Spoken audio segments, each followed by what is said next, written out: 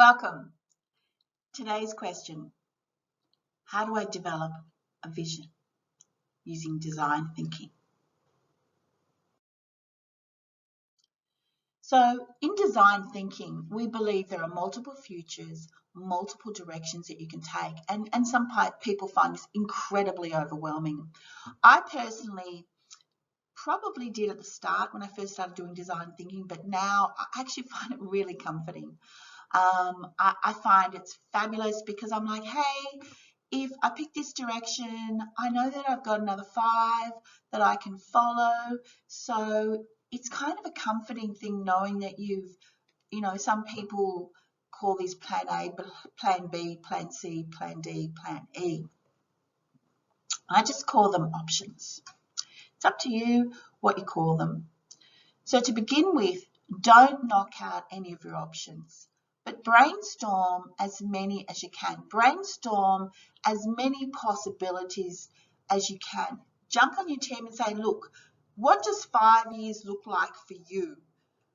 Where do you think we should be in 5 years? And ask each team member to do this, because I find inevitably when I do this, everyone's going to have a different answer.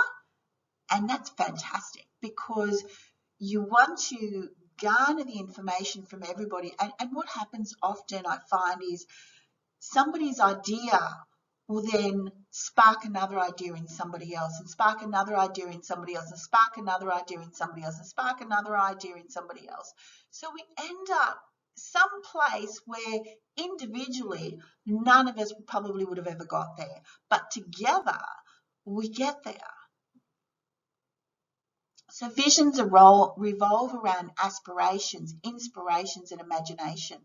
And I find involving my team in developing a vision helps them with their buy-in and helps them get really excited and really want to be on that journey with me.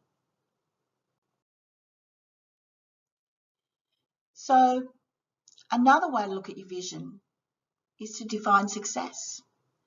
If somebody said to you, in 5 years' time or even 10 years' time, what does success look like for you?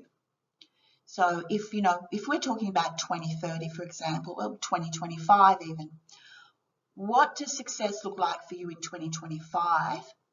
And what would it look like for you again in 2030?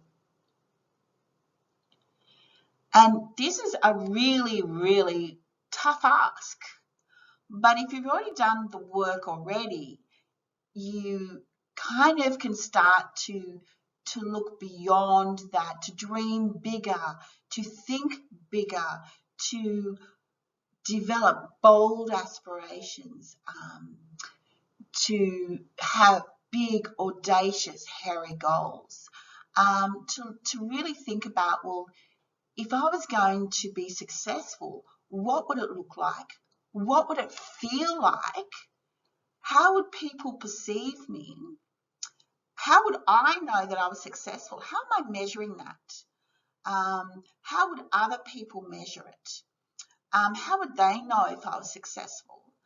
And what does success look like to me? Because the reality is it's different for everybody.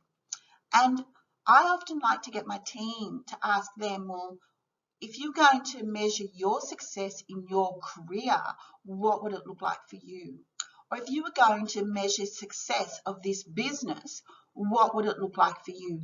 Define your success. And people find if you're talking about 2025 or 2030, those dates are scary, but they're coming along us really fast. So it's time to sort of think bolder.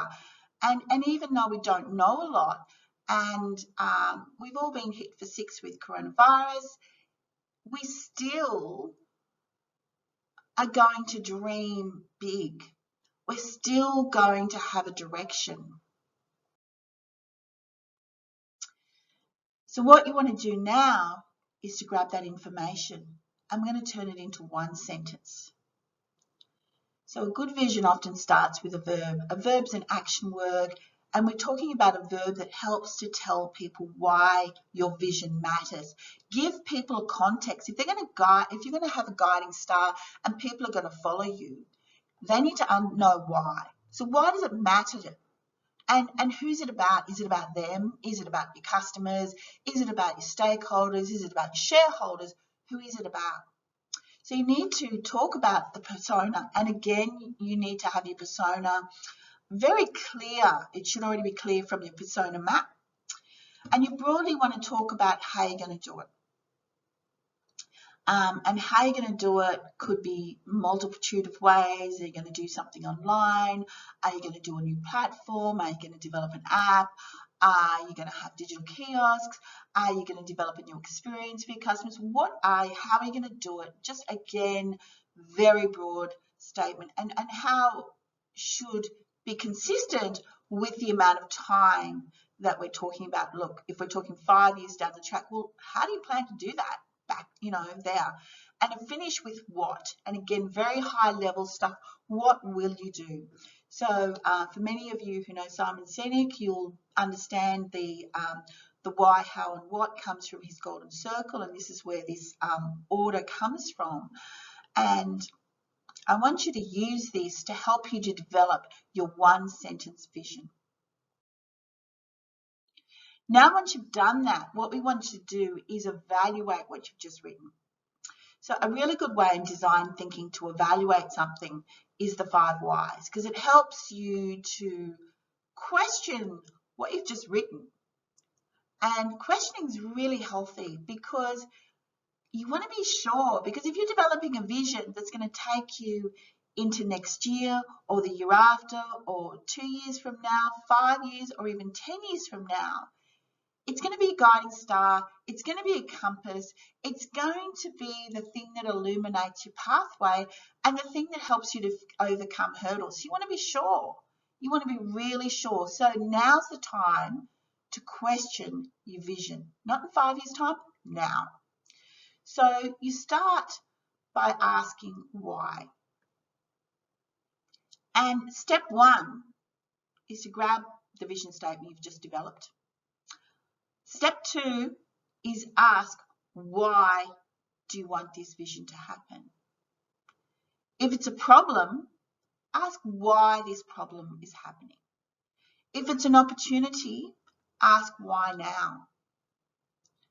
Write your response in about 2 or 3 sentences, absolutely maximum 3. Write a very quick, short response. Now, this might take you 2 to 5 minutes. Step 3, take about another 2 minutes, maybe 3, and ask yourself why for a second time. Look at your previous answer and ask why and go deeper. So if it's a problem, why is this a problem? And if you think this is the reason why that? Why not something else?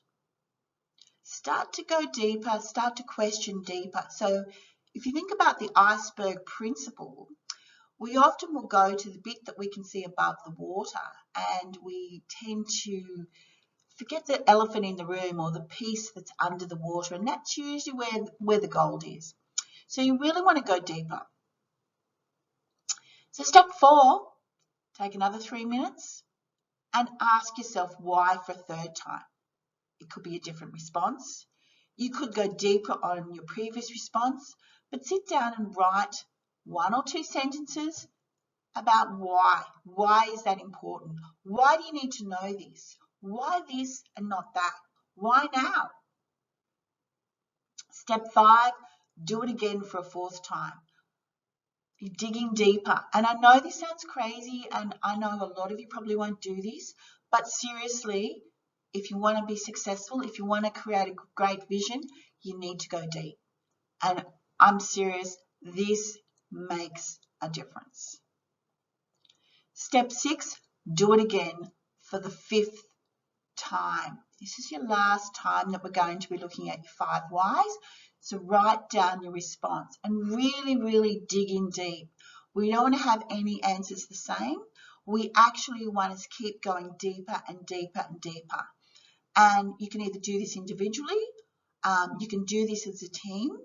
I'll often get my team to sit around a table and we'll do it on stickies, and we'll put our whys in the middle, and so that we'll actually have a cascading effect of the 5 whys, as we come down from the table. And then what we'll do is we'll actually walk around the table and look at each person's why group. Again, no judgment, but it's a really good way to look at what everybody has put together and then to grab that data, particularly the fifth and final why from everybody, because that's going to help you to describe your vision as clearly as you can.